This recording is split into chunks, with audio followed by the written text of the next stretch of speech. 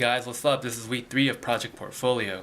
Okay, so this week my focus was on being healthy. Unfortunately, not a lot of healthy stuff this week. I sprained my neck due to some stress injury. And some things I did this week to try to be healthy. I went to Disneyland to take some reference photos for my future theme park gigs. And it was a really good time to have fun, let loose. Also, just walk a lot of like 6 hours of walking, really good exercise for me.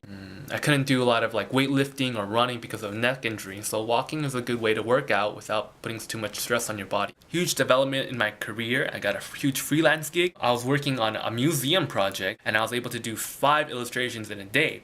And that's huge. Before professionally, I used to do 1 illustration for every 3 days, because I was working in color and I was doing all this detail. But for this job, they just wanted me to do some quick line marker, ballpoint pen, and like quick tone in Photoshop. It was just 1 color, kind of sepia tone, and I was able to get 5 in a day. And that's a huge value for my client, and he's getting his bang for the buck. I'm producing awesome work that I'm good at, and it's great. A lot of people have actually told me my sketching is a lot stronger than my digital painting, so I think I'm going to put more of that kind of stuff in my portfolio. I'll be posting more stuff on Facebook this week, this new artistic style and this workflow. So this week I also worked on being humble and being confident. So in Project Life Coach, Bridget told me that humble means you know where you came from, and to me that's kind of strange because I think being humble means you underplay and your achievements, you're modest. Okay, so what does it mean to know where you come from? So I want to read to you this blog post that I wrote earlier. Okay, it's focus on what's important. I think a lot of students, including myself, waste a lot of time needlessly improving their artistic foundation.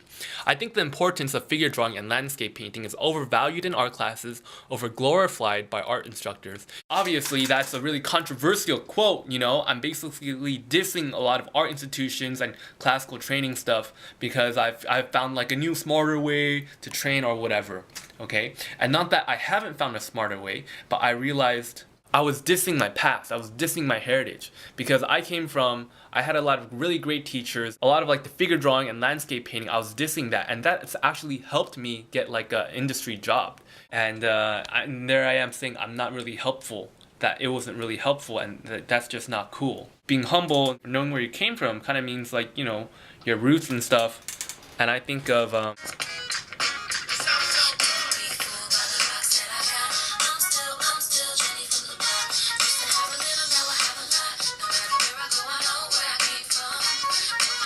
next, I want to talk about being confident. So in Project Life Coach, Bridget told me that being confident means being comfortable with yourself. And to me, that's really strange because when I think of confidence, I think of being assertive, being loud, being aggressive, knowing what you're doing. Okay, what does it mean to be comfortable with yourself? I don't really understand that. I thought about it and I realized there's some things that I'm really comfortable with myself, but I may not be really good at it. For example, I'm really confident in my Spanish abilities and my dance ability. Hola, ¿cómo está? Yo viví en Guatemala por una semana. And basically, I learned Spanish for a week. And that's why I'm so confident. I'm really comfortable with myself because I'm like, for a week, my Spanish is pretty darn good. And I'm not even Spanish, I'm Chinese. So that's why I'm so comfortable and so confident about my Spanish. Whereas my Chinese, I spent 10 years learning it. I studied abroad, minored in Chinese. I'm still not confident. I still think I got an accent. I need to be better. There's all these people that are better than me at Chinese. I feel really insecure about my Chinese. So basically, you can be really good at something, but still not be really confident. So I think the answer isn't to improve your skill level. I think it's to be more comfortable with yourself. And that's a lot of inner spiritual work. Being okay with who you are. Another example is my dance ability. I think I'm a pretty good dancer, And one of the reasons why I'm so comfortable with myself is, I learned dance for 4 years in a low-pressure, fun situation in my college. Boom, I love dancing. Whereas in art, I've been formally trained and everything like that. I feel like I have so much pressure to make it as a career. I take it so seriously. There's so many people better than me. And as a result, I'm not really comfortable with who I am as an artist. Whereas as a dancer, I'm like, well, I don't really care. I am really confident. I'm very comfortable with myself. So basically, the bottom line is competent at something. Being really good at something does not mean that you're really confident at it. So I think the key is to be comfortable with who you are. Inside, and that's spiritual work, telling that you are comfortable with yourself, that you appreciate yourself, and that's something that we'll work on later. So for next week, we're gonna work on being wealthy. So what I think being wealthy means is an exchange of value, providing really good value to the customer.